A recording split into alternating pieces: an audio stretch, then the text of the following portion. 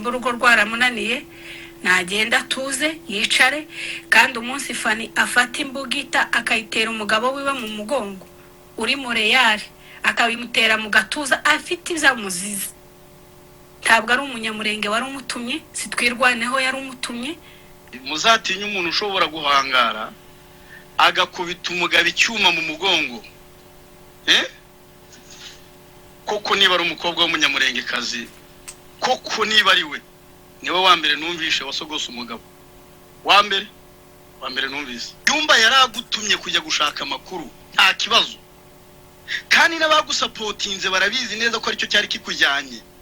N'abari kuguhostinga uyu munsi ntibazi neza situation y'ibyo ukuvuga, ariko ubonye mission yawe failinze niho ugarutse guturika ngo amafaranga baguhaye batazajya kuryoza bakagutuma abantu bakakwica. Nicyo uri gukora kuvuga ngo wowe urakoresha basabe bakunda ibitsina kubera ko bamaze kubahaho, ahasigaye ubwo ngubwo uri kubakoresha nyine. Murabizi namwe Sabe n'indaya si ibintu by'ibanga, mumuza afashe imbago bamufatiye mu ngo z'abandi. Noneho uko mwamubonaga intambara ya Fani mwebwe tumayimazemo iminsi duhangana nawe, imaze iminsi pe, kandi jewe ndabivuga ku bugufi kuko maze iminsi ndwana na Fani, kandi tumaze iminsi duhangana na Fani kuva avuye ruguru. Ntabwo namuretse nta nubwo namuhaye agahembwe kuko naramubwiye ngo jewe ntabwo nza hano kuvuga ku muntu, soza ngo fact nguhe n'ibimenyetso, nguhe n'itariki, nguhe n'umunsi kuko arabifite. Habaye ejo bundi Fani wa munsi atanga amaudio arazamuka aja ruguru, turabyishimira turavuga ngo Fani aragaba. Ariko mbere yuko agenda bazavuga ngo inkuru y'umwana isubiye inyuma, yari yatanze amaudio atuka twirwaneho, titwabivugaho cyane ariko twarabivuzeho. Narasubije ndamubwira ate mureke Fani mba yanafashwe n'abasaza be, ni basaza be ni ba nyirasenge, reka ari wabo abo bahaba bavuga ngo bamugiriye ihohoterwa, ngo bamugiriye nabi, abo nibo. Ariko twebwe tuzi ko ba Fani ari kwase kandi ari amahoro. Fani aragenda ya audio dusa nabi yibagiwe, turavuga ngo naza tuzomubabarira, turababarira turaceceka. Fani ngo arayegeza ninje wamwakiriye yari kuri TikTok y'umuhungu witwa ngo ni Patriot, apana Patriot uyushinga ubundi watwirwaneho. Araza arafungura ndamubona njaho, ndetse uwo muhungu arambwira ngo nimufashe kugira ibiganiro, ndamufasha. Mbaza Fani avuga amakuru mwabantu mwe, araza ndetse aratubwira ngo tubabarire utugara, ngo tubabarire FARDC, ngo iwe yuzuye umwuka wera, ngo iwe ngo karumva, ngo afite ngo yahuye na Yesu, ngo yahuye na Kristo. Icyo mbesha hari abantu twari kumwe kuri iyo live bari hano baze kunyomoza ngo amare Fani. Ndamubwira nije wanamushubije ndamubwira ati Fani twebwe gahajya wadusize turacariho, utugara twariyongereye hiyongeremo nk'abagabo bangahe tutari tuzi. Ikindi twebwe turecari kuri FARDC, turacari ko turwana n'abazarendo. Uwo mwuka wagufashe twe turi hano tituusabiye tujemo n'ubundi turawusanganywe, ariko uwo nguwo kutacecekesha akagara no kukabwira ibyo ntibirimo. Tugomba kubwira akagara tukababwira ibyabo kandi tukababwira ukuri. Nyuma yawe umaze kugenda haje mu yakora ibi, ndamubwira amakuru ngo amare arambwira ati tugende tubababarire natwe nyine tuvaho. Umwuka wa Fanusha n'uwadufashe turavuga ngo tuzobabarire. Nike umuhungu witwa Nike kuri TikTok aramaze ati Fani twebwe turacari babandi n'abandi bitwa bangusha, kindagenda mvuga amazina kugira ngo mwumve point y'ahantu nshaka Fani ko twagerageje. Terura ijambo ndamubwira ati niko Fani uko tubwiye ngo dukizwe tukaba tukwemereye gukizwa, tukaba tumereye kuko tutazongera kubwira akagara nabi na FARDC, kandi kutubwiye kuzigaho tuzogaruka tugusubize. Ndamubaza ati Fani waretse kuvuga amakuru ya gisirikare cyatwirwaneho ukatubwira amakuru yawe y'urugenzi wagiyemo ugahura n'abakecuru n'abasaza, utubwire nyine imyicarire y'iwacu kuko turayikumbuye, utubwire ukuntu ihohoterwa ry'abagore y'amadrone ari hejuru, utubwire amakuru nyine y'ubuzima busanzwe bw'abagore n'abakecuru b'iwacu. yaranshubije arambwira aho niho nahise mvuga ngo quelque chose kiri muri uyu mugore. Yahise aravuga ngo abagore bose ngo biriya ruguru twirwaneho ngo n'abana n'abasaza ngo bose ngo nta muntu utarutwirwaneho ngo nta muntu utari umusirikare. Ndavuga uyu tuyagiye kuvuga rya jambo rya muyaya rivuga ngo umuntu wese urira ruguru irakakagarakaza kavuga na muyaya ngo bose n'abasoda ngo ndibazi kubavangura. Ndaceceka ndetse dushaka n'ukuntu tumukaruma twagira ngo tuvuge kwa kundi atazashaka ngo ndavuge agatera hejuru. Hari abagore benshi twari kumwe, Lofty twari kumwe, twari benshi muri make twarayuzuye igera ku bantu 400 300 turahava ngo tuhafi. Aratubwira ngo agiye ngo nawe icyo kiganiro cya Sabe yagikoze, aratubwira ngo ejo azome ngo azoripuka. Imana yaje twamutubwira ati wenda agiye kuza kuri puka zose abimbabazi, atubwira ukuntu yari kwahohotera abagwanashaka mbere yo kugenda, asobanure Odia ivugeho nyine ko biri abintu yahubutse tumubabarire.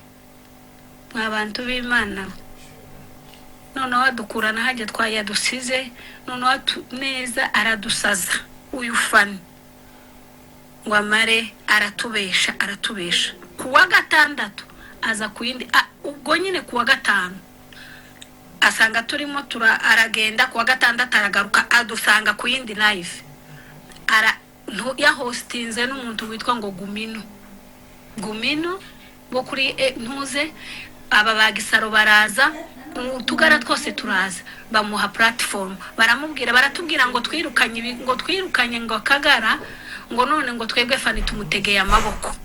Niryo jambo bamubwiye. Ntabwo mpambesha mfite mugende birirere hari byinshi.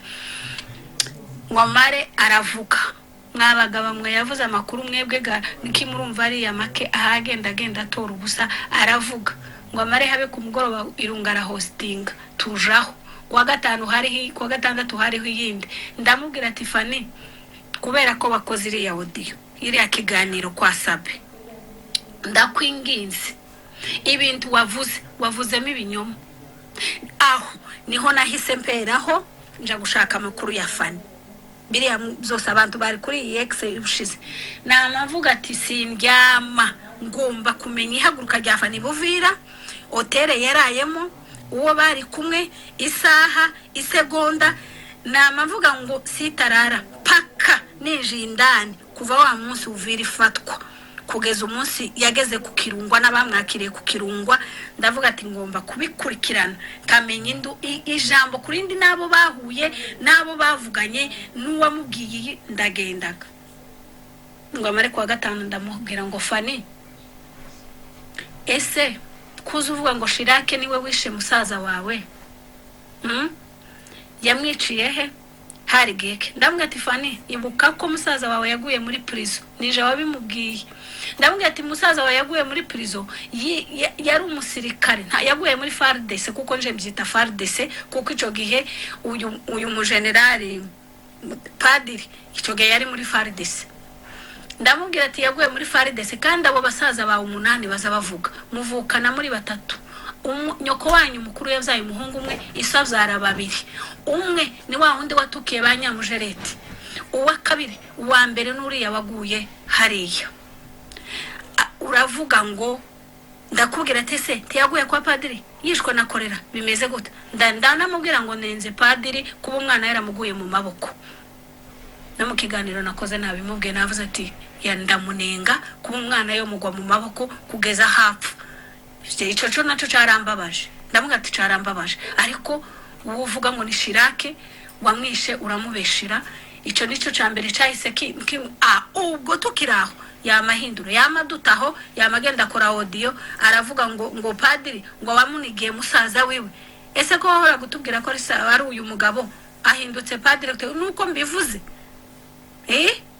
ndamubwira ati iyo ni ijambo rya kabiri watubesha rya mbere. Irya kabiri watubeshe ko twirwaneho yagufunzeho mwabagabo tuvugishije ukuri muri abagabo b'abanyamurenge kandi twubaha. Ntabwo tuba twaje hano ngo gutukana cyangwa tubura ico dukora. Nuko ibibera iwacu biba bitubabaje. Barangiza umukobwa from nowhere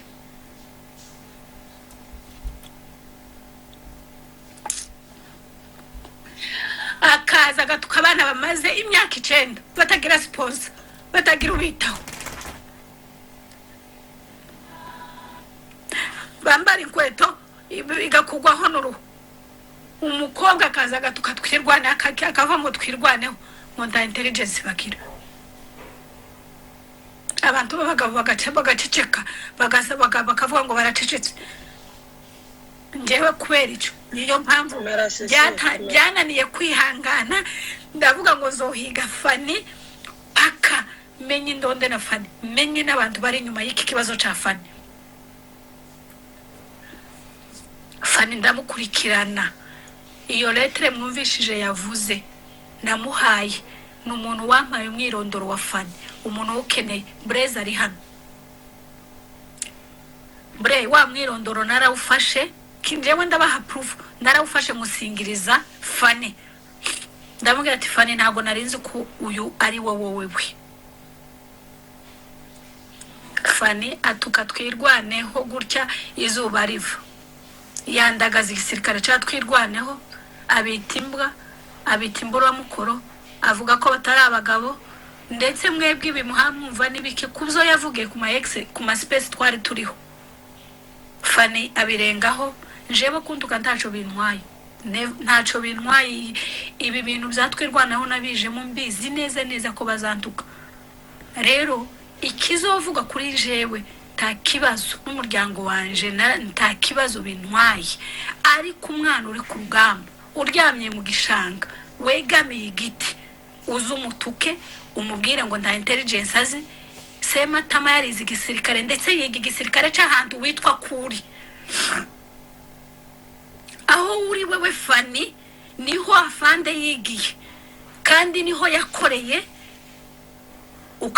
uyu muntu tukavuga ngo intelligence yiwe nimbwa ugatuka abagabo ukabita imbwa ese ninde wagutinyuye kuzoza ufata abagabo ukabita imbwa ninde wakumbaza ubwo Fani ndamukurikirana nza kumenya amakuru yiwe y'Ibuvira nza kumenya amakuru yo yakoreye ku Kirungwa nza kumenya n'ibyo yakoze ruguru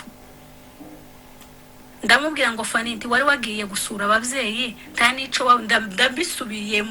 mbisubiyemo kuko simfite isoni zo kubivuga kandi simfite isoni zo kubimubwira naramubwiye ati Fani ibyo bintu wari wagiyemo ako kazi wari wagiyemo byerekanye neza ko ari akazi k'uburaya wari wagiyemo kuko ntibyumvikana kumba wari waragiye kureba abasaza bawe ibibazo bahuye nazo ngo ntuze ngo utubwire drone zituru hejuru utubwira aho zarashwe utubwira abantu zishe utubwira uko bimeze ukangurira abantu gutabara ukavuga ububi bwatwirwanaho bitimbwa bigaragara ko ahubwo abahungu bacu barakubenze kuko baguketsemwe n'izindi ndwara tutavugiye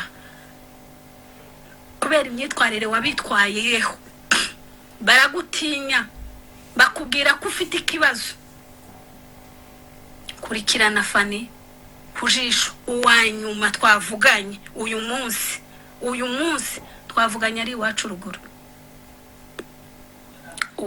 hari uwo twari kumwe kuri koro hano na warabizi ntabwo nzaje kuri koro jenyine kandi sinza nandika message nza mpamagara umuntu kugira twivuganirijwe ndyumve mubwire n'ibyo nzoje nunabimbaza nzabihagararaho Fani ndamukurikirana muri ya muhamubona mwanya yanyatatse cyane nuko azi neza ko amakuru ya Fani nafite kuri page ku rupapuro zanditse ku rupapuro Fani yahemutse mwabagabo mwe mureke twadutuke uko ashaka avuge ko dukubita ba mama hano turi kumwe n'abagabo twabanye muri Kenya dukubite n'abagabo bazi data ukuntu yarwaniye igihugu ari umurangi ndomukorera ku mugore ntabwo mama ari umupfakazi hari abagabo bazi data hano bamuzi mwitangiriro ryiwe bazi data kivuka rero ntabwo nje kubabwira n'ibya bindi Sanjake yahagurutse aravuga hariya n'ibyo hagenderamo ariko ndi umumama wiyubashe mwaba papa mwe ufite urugo rwiza muzansure mu rurebe kandi ndi umugore wahagurukijwe no kuvuga icyo ngomba kuvuga. kandi Fani twigwaneho nitamufatira igihano nka twirwaneho. Abagore ntabwo tuzamureka, ndabarahiye izina ry'Imana. Abagore twafashe decision ko Fani tutazamuha agahengwe n'umunsi numwe wo guharabika abana bamaze imyaka 9 birwanaho batagira amazi, bazabura n'amazi y'isukari, bakagumuma ku musozi. Umugore tutazi yafa, tutazi yakomoka, akaza akadusebereza igihugu, akadusebereza abana. Nihangane soza duheza abandi. Naho Sabe igihugu akomokamo tuzi ko ari igihugu c'amategeko, kandi tuzi ko Sabe neza umusaza Papa Ange imba hari ikintu yanga umuntu urebera bena biriya bintu ubiba urwango muri bena buriya buryo. Rero imba hari umuntu ukomoka muri kiriya gihugu twabanye twasangiye akabi n'akahise n'agahisha, baba tuziza, muzi ko abantu batuziza bariya natwe tukabazira. Mwabavandimwe, Sabe yaharebitse ubwoko bwacu, afatikanyije n'ibintu biri inyuma ya Fani n'abantu barimo bakoresha Fani.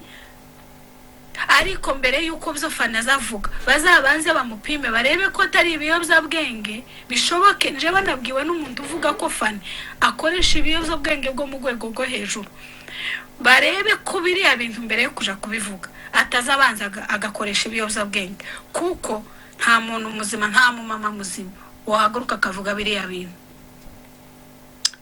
Fani turamwiyamye, turamwamaganye, aturekere twirwaneho n'iyacu kandi tuyihoza ku mutima. Ikiza kitubabaza nuko tudafite ico twobamarira, tubareba gusa tukumva hari ico twokora, tukabona ko ico twokora gutanga amaraso yacu nico niko novuga.